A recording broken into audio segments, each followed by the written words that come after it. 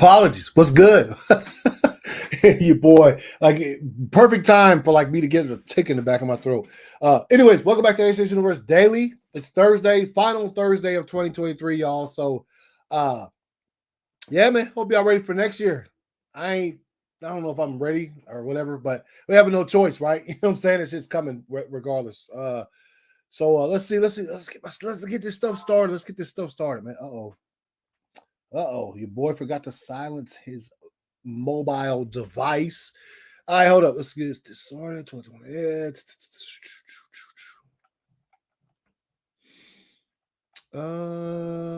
know how to do this. Let's go with that.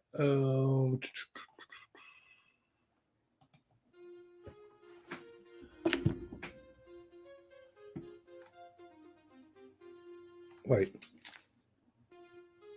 Okay. It sounded like I couldn't hear him through my headphones. I was like, wait, is this shit playing through the mic? Anyway, what's good, y'all? Welcome back to the ACS Universe Daily. Like I said, last Thursday of the year. Don't forget, Sunday evening, probably around 7 p.m. Eastern time, World's Finest, but Amateur Hour will be going, we're doing our Rebel Moon Part 1 review, right? You know what I'm saying? Not the Director's Cut, but just the Part 1 sort of review. We're going to try to put a little panel together, have some folks on there, talk about their thoughts, their experience with the movie and things of that nature, is what they hope to see. All of that kind of stuff we're going to talk about then. I do have a couple of Rebel Moon details that we'll probably revisit on Sunday, but I'm going to talk about a little bit of that stuff today too. But how y'all doing, man? What is good on this Thursday, bruh? What is good? Not much with your boy. I'm off. I was off today. Didn't have to work. Had a bunch of shit to take care of, though, because it's been like my first off day since, Christmas or whatever, which it's only 2 days in between.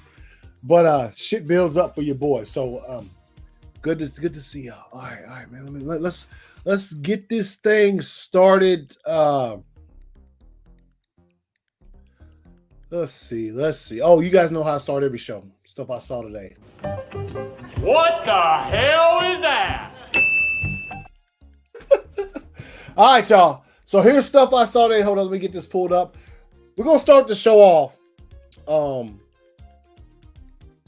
with a couple birthdays, bruh. A couple December 28th birthdays.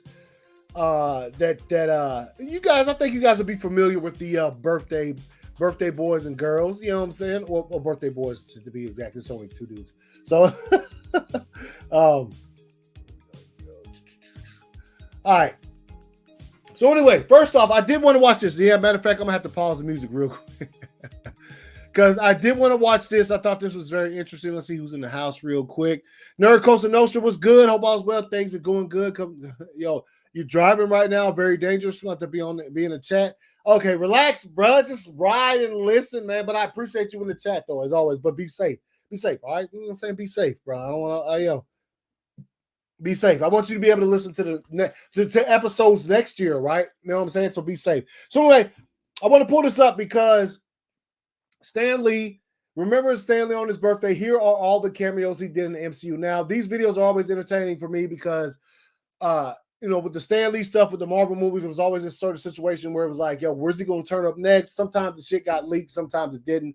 But look, let's check this out, man. All of Stan Lee's cameos in the MCU. Happy birthday, Stan Lee. Me? Remember me? Sure don't.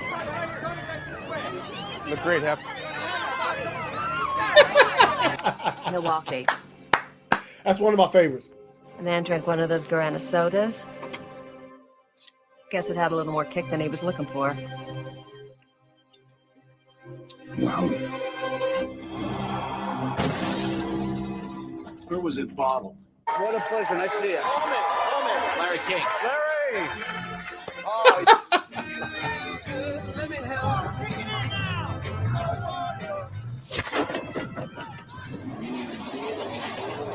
This is a good one too, man. I like this one. did it work? Captain, that's your cue. I thought he'd be taller. Superheroes in New York? Give me a break. These so... One more time. Lift that bridge, everybody. All right. Simple. Any questions? Yeah. Can I have my shoe back? No. If you're gonna fight a war, you gotta wear a uniform.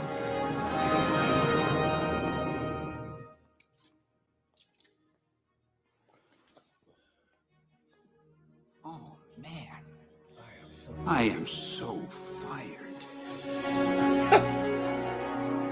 It's not cool to get help. Walk by yourself, you little gargoyle. Look at Mr. Smiles over here. Where's your wife, old man? Hey, What man, a stand out here Class trying to A clap, creep. ain't he? It's not meant for mortal men. Neither was Omaha Beach, Blondie. Stop trying to scare us. Come on. All right.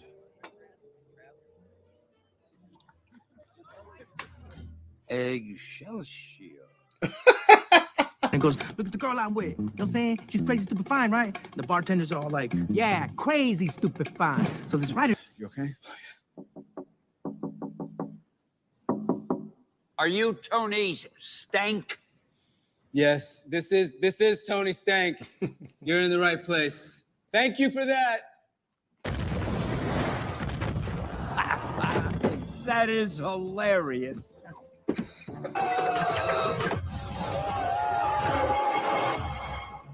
Oh, man. Anyway, before I was so rudely interrupted, at that time, I was a federal inspector. Every day we do. Damn alarm. Shut it off. Don't make me come down there, you punk. Hey, Gary, how you doing? Marjorie, how are you? How's your mother? Now, don't you move. My hands aren't as steady as they used to be.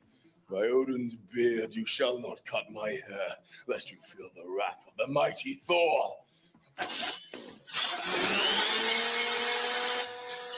Please, kind sir, do not cut my hair. You know what?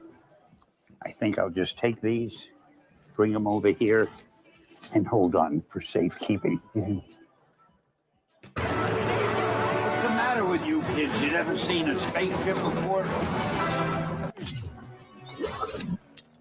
Well, the 60s were fun, but now I'm paying for it. Trust me, believer. Trust me.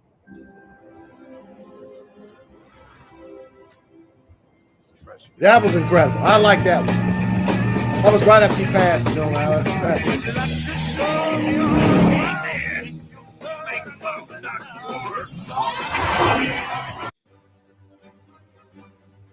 of course, this was the little thing they put together for him, like.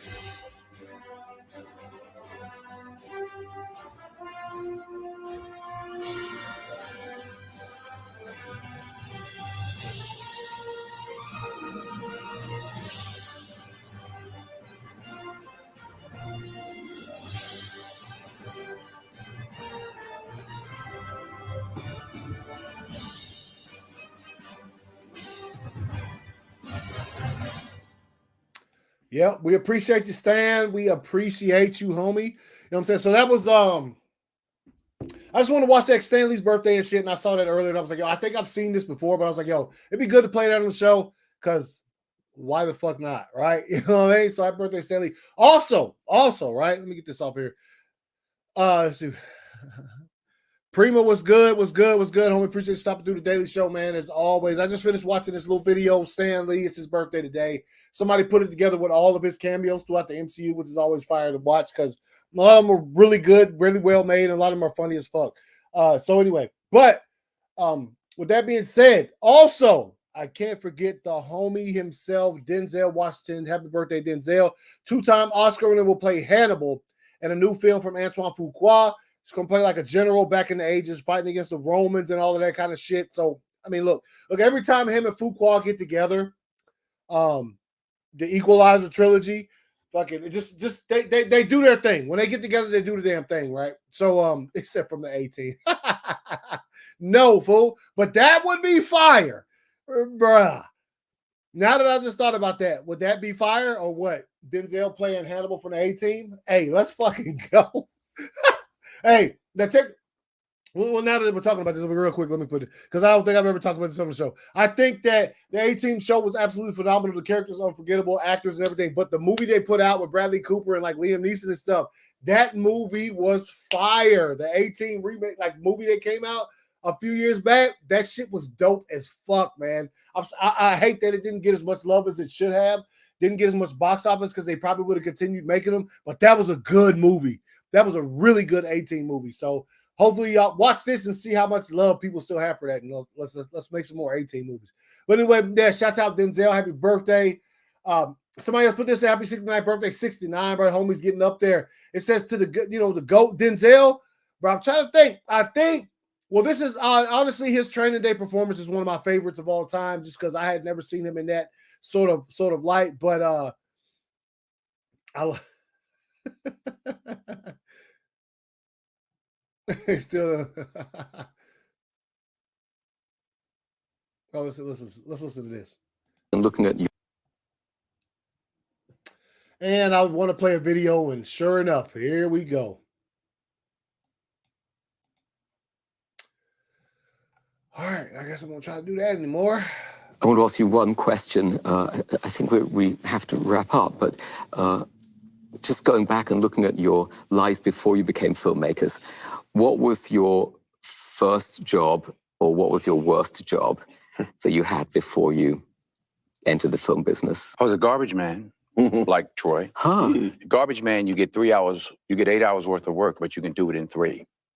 So you can go home as soon as you finish. Post office, you get 3 hours worth of work and you make it last 8. I did both. Oh, so I like being a garbage man better. But they weren't bad jobs. It's like people say, oh, the difficulty of making a movie. I'm like, send your son to Iraq. That's difficult. It's just a movie. It's like, relax. I don't play that precious nonsense. Oh, we're moving over. Get out of here. Your son got shot in the face. That's difficult. Making a movie is a luxury. It's a gift. It's an opportunity. And most importantly, it's a gift. Obviously, everybody here is talented enough to do that. But don't get it twisted. It's just a movie. It ain't that big a deal. Real words from this. I've never seen that before. Yo, that was fucking dope, man. Damn, I've never seen that before. That's insane. So yeah, happy birthday, Denzel. Happy birthday, Stanley. You guys. Yeah, Training Day was epic since we got to see him as a villain. Yes, it was great, man. So let's move on, y'all. Lionsgate has acquired the development rights for Monopoly. Hold on, let me second. So anyway, Lionsgate has acquired the film development rights for Monopoly. I do not know what they're going to do with this. Is it going to be animated? It's going to be live action? I have zero idea. I don't know what. Let's see if this gives us any more insight into what they're doing with this, because this is wild. All right, Santa Monica, California. Okay, Lionsgate today announced that it has closed its acquisition of the global entertainment platform E1 from Hasbro. Lionsgate acquired E1 for a purchase of $379 million in cash, subject to certain purchase price adjustments plus the assumption of production finance and loans. The acquisition adds 6,500 film and television titles to Lionsgate's library, one of the largest and most valuable in the world. Diversify. Okay, I'm trying to see. Okay, so they bought a whole lot of shit, and so now they also own Monopoly along with a lot of shit. Okay. Hey, how about, okay, they ain't gonna do that. No. Nobody's gonna change their shit instead of for clicks. Like literally, this says something, and you click on it, and it just says they bought the rights to a lot of shit, not just Monopoly, but now since it's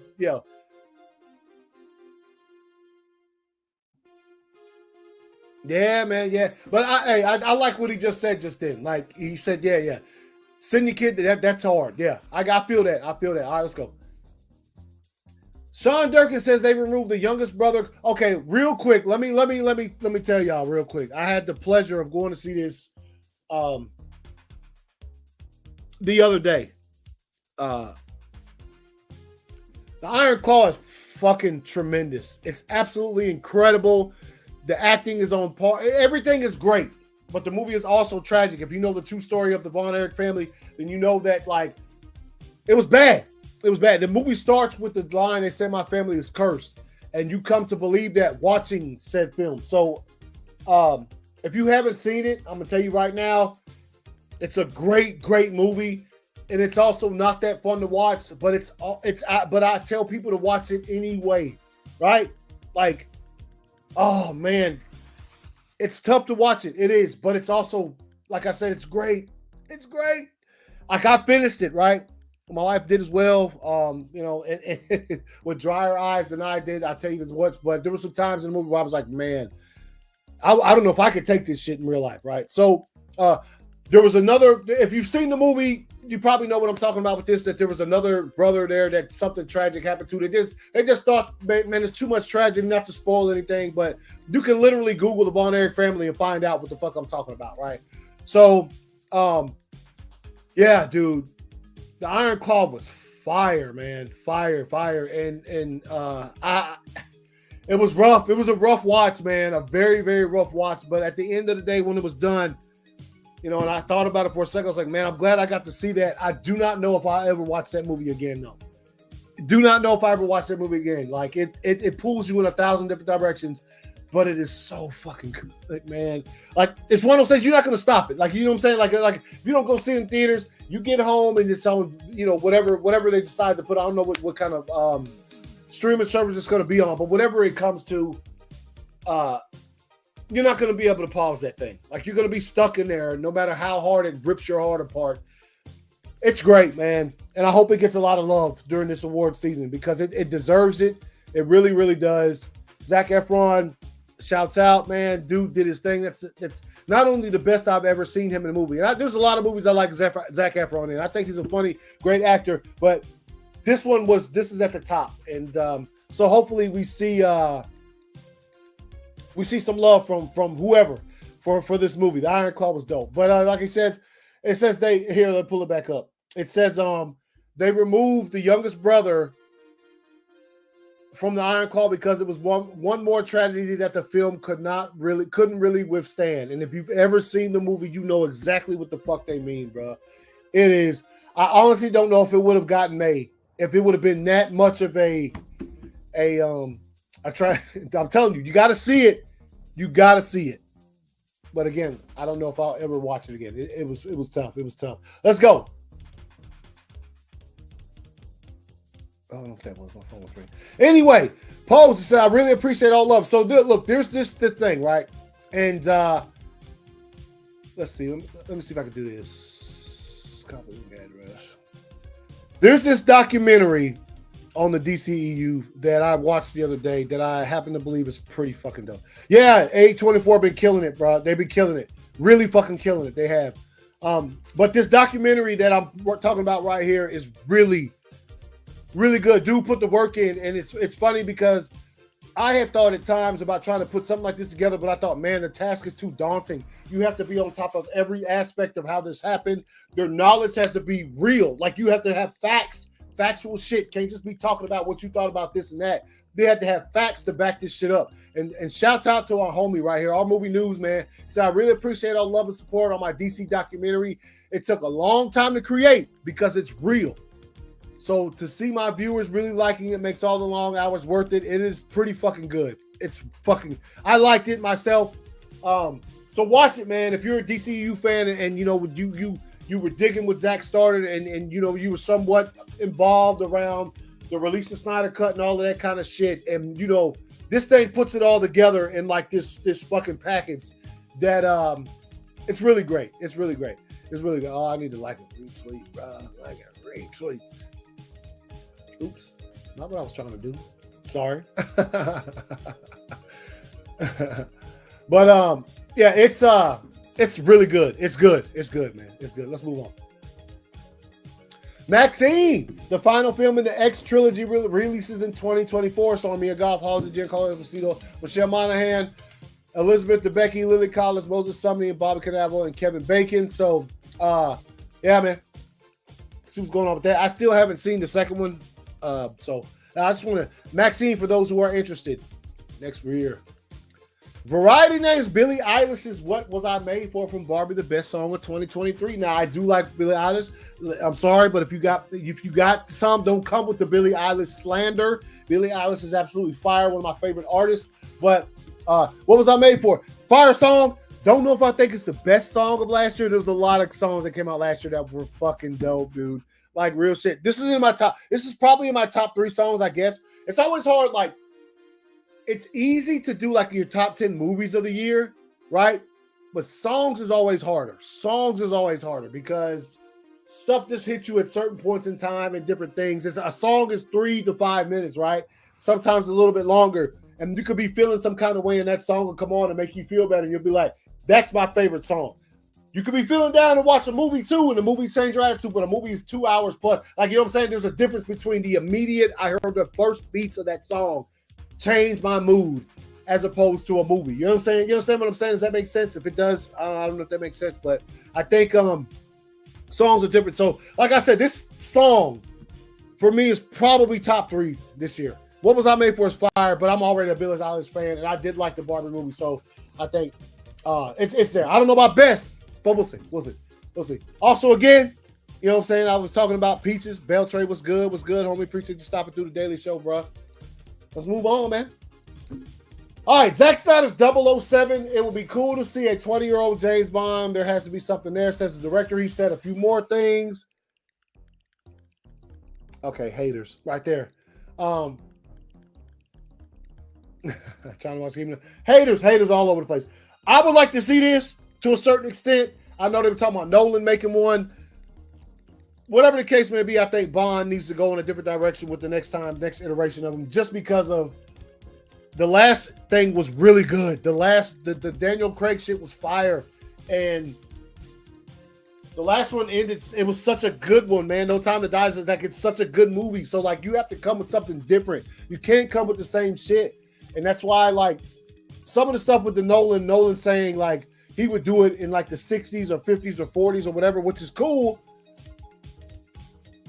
But what kind of tech you working with back then? You know what I'm saying? Like James Bond is known for the tech and things of that nature. So anyway, I would like to see this. I don't give a fuck about the haters. This would be dope, right? He said some other stuff saying like, you know, it'd be cool to see a young James Bond just learning his way about the situation. So that'd be fire. Let's move on. You don't want her as your enemy. See Nemesis in Rebel Moon Part 1 of Child of Fire. I already did. She's dope. Can't wait to see the director's cut. But this poster, y'all. Bro, let me tell y'all something. This is dope right here. This poster is dope. I love the effects on the swords. I like that. Everything about this is dope. Everything about this is fire, right? So, art by Orlando Orocina. I don't know how to pronounce the last name, but that's dope, man. That's absolutely incredible. I actually like to put that on my wall. That'd be fire, right? Let me go. Let's move on. Christopher Nolan. I brought this up right at the very end of my Monday show. Christopher Nolan says there's no superhero science fiction film coming out these days where I don't see some influence of Zack Snyder. Same. And also people hated this. Hated it, right? But it's funny, man. I love this. I love it when Nolan comes out and says these things in sort of Zack's favor, because what can you say about, he just dropped the fucking beast of a movie this year. I'm talking about Oppenheimer could have dropped last year and been the best movie of the year. It already is this year's, and it could drop next year and probably be the best film. Absolutely incredible. He knows who he is. He knows what kind of gravity his name holds. And people get mad when they see this kind of stuff because what are you going to say about Nolan? Hey, Nolan, shut up. You don't know nothing. He don't? What you going to tell Nolan? Hey, shut up, man. Get off Zack Snyder. What? He can talk about who he wants. Again. Christopher Nolan has earned his stripes. And Christopher Nolan has earned everything, the respect that comes his way, all of that shit. He has earned it. Christopher Nolan has. So him saying this, Zack, I do love Zack. He's pretty much my favorite director. And to hear words like this, and I like the fact that it pisses people off. I like to see people get mad. I love it. Get mad at a statement like this. See, because they can't do anything to Nolan. What are you going to say? Nolan, you need to shut the fuck up. He's just going to ignore your comment and move the fuck on. Right? And you still can't hate on his box office. You still can't hate on the fact that he's probably going to have an armful of gold statues on the Sunday evening when the Oscars airs. By the time it's over, he's probably going to have like an armful of statues in his hand. Nothing you can say about that. So I always appreciate him showing Zack Snyder love, because a lot of people don't do it out of spite when they know they respect the man. Again, if you're still hating on Zack Snyder for a movie he made 10 years ago, then you don't hate the movie or Zack Snyder. You just, or you're just mad because he's getting mad props and people continue to work with him. So here we go. Let me cut the music here. We got a couple videos we're going to watch to wrap the show down. This is Sophia Patella. Shares her favorite part of working with Zack Snyder, which I thought this was a fire video. Let's check it out, y'all. Let's check it out. About working with Zack is his enthusiasm and the fun he brings on set. He's fun. Like I would turn my head left and right. He would playing basketball and he loved putting those cans into the trash. And I'm here sweating, stressing out about my scene and wondering if I know everything that I'm doing and if I'm going to be good enough. And he's there just having fun. I'm like, I might as well just relax also. And the best part about working with Zack is Hey, kudos to the man, bruh. Kudos. All right. So look, real quick, I'm gonna take these off of here real quick. But look, we're about to see Sindri's exposed brain and double. So obviously, you know, if you've seen Rebel Moon, right? Spoilers, right? You know, Sindri gets hit in the head. Obviously, people are thinking that you're gonna see a lot of that Noble actually bashes his head to crumbs, which would be fire to see, right? You know what I'm saying? Not that I did like the character of Sindri, it's just that would be dope to see. And then obviously when you see him and Cora fighting, and you know he's my arms, bro. My wife even made the comment like his arm doesn't look like it's that hurt. I was like, you know, wait till we see the director's cut. Wait till we see the director's cut. So there's that probably being there. But anyway, let's move on. Boom. Rebel Moon co-writer Kurt Johnson talks Part 1's rated R cut and non-stop action of Part 2. Right? Let's see. Let's take a look, man. Hollywood Reporter article. It says Rebel Moon co-writers Kurt and Zack Snyder go way back years before they struck gold with 300. Johnson first met Snyder at a time when they were both cutting their teeth in the world of music video. Let's see. Let's see what we got to say. During COVID in March of 2020, Snyder called me. We had just finished working together on another project called Blood and Ashes, and he said, hey, I think we can revisit the 5. Johnson tells the Hollywood Reporter. He was just starting to do the Army of Dead with Netflix. He was like, I think I'm going to need another movie to do with them after this, so let's talk about it. So they talked about it. Said, however, Johnson understands why Netflix wanted to include younger teenagers in the proceeding without parental controls and age restrictions getting in the way of their latest crack. So he's talking about them releasing like the PG-13 cut first and things of that nature. There's definitely a lot more story in front of the movie. You're definitely going to get a lot more of Jimmy and see his arc, and you're going to see a lot more of Cora and the Mother World. You're going to get a different introduction to Noble. You're also going to get a different introduction to some smaller characters like Eris, who's the Mother World soldier that defends the character of Sam in the Granary. But just in broad brush strokes, there's more characters than certainly knowing Zach. There's more action and spectacle and the visual vibrance of what he does. So that's just a few words from the co-writer of Rebel Moon, right? Kurt, who's talking about like what you could expect to see from that cut or whatever. Let's move on.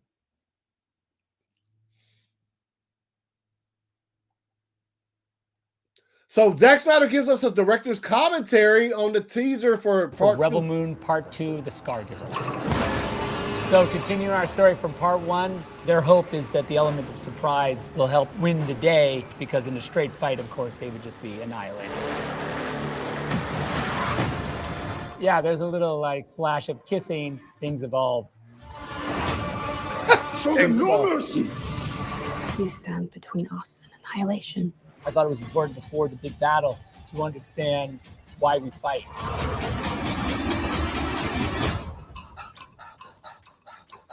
Cora's gone to her warrior haircut. Tell me what we're trying to achieve here.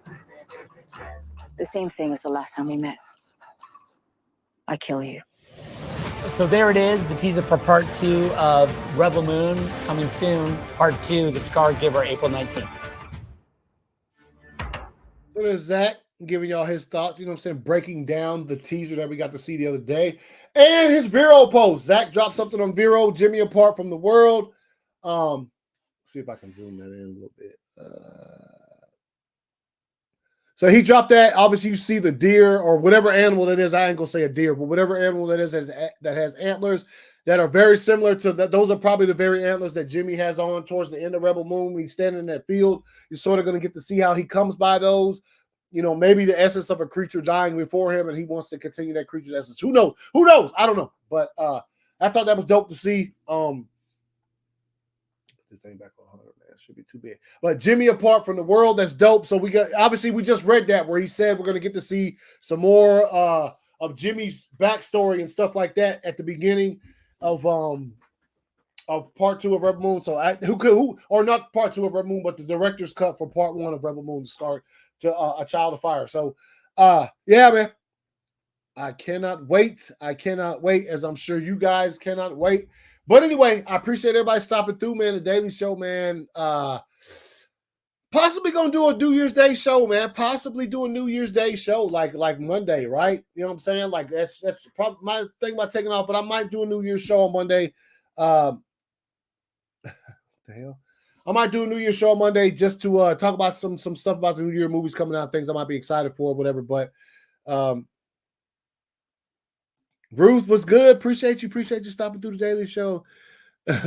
He said Zach Arnold could make the greatest film of all time, win every award, and could make over $1 billion. People, oh yeah, they still gonna hate after. Yeah, yes, they will. They will. That's as a matter of fact, that's an inevitability. Like when I loved it, and I think that the director's cut of part 1 of Rebel Moon is going to fucking blow me away the same way that the original cut pretty much did, except for a few things. But like, I think it will, and it's probably going to kill it. And of course, they're still going to get hate because people just love to hate on Zack Snyder and his people. But that's the one they can hate all they want to on him and whatever. And I'm sure he doesn't let that shit bother him. He does what he does, makes what he makes. But Nolan, that's the one that pisses him off. When he takes Zack's side, it pisses them off because there's nothing you can do to fucking Nolan, bro. You can't. There's nothing. You can't make a bad tweet, a joke about him. What you gonna say? What you gonna say? There's a lot of terrible, shitty stuff that people could say about Zack, but with Nolan, you can't. So when he comes to Zack's defense, motherfuckers are pissed off. They can't do anything about it. They can't do anything. So anyway, I appreciate y'all stopping through. And like I said, probably Monday. Count on it. Monday, man. New Year's Day show. I'll probably just jump on and do something. Talk to you guys about whatever takes place over the weekend and things of that nature. Like I always do on Monday. And also talk about what we're most excited for the coming year and things of that nature. So probably see me on Monday, man. I would say last holiday was Christmas. That's a little bit harder to sort of stream during, but New Year's Day, I should be able to get on here and holler at y'all. So, like I said, I appreciate y'all, love y'all, and wait, where's that shit? Oh, here it is. Y'all take it easy.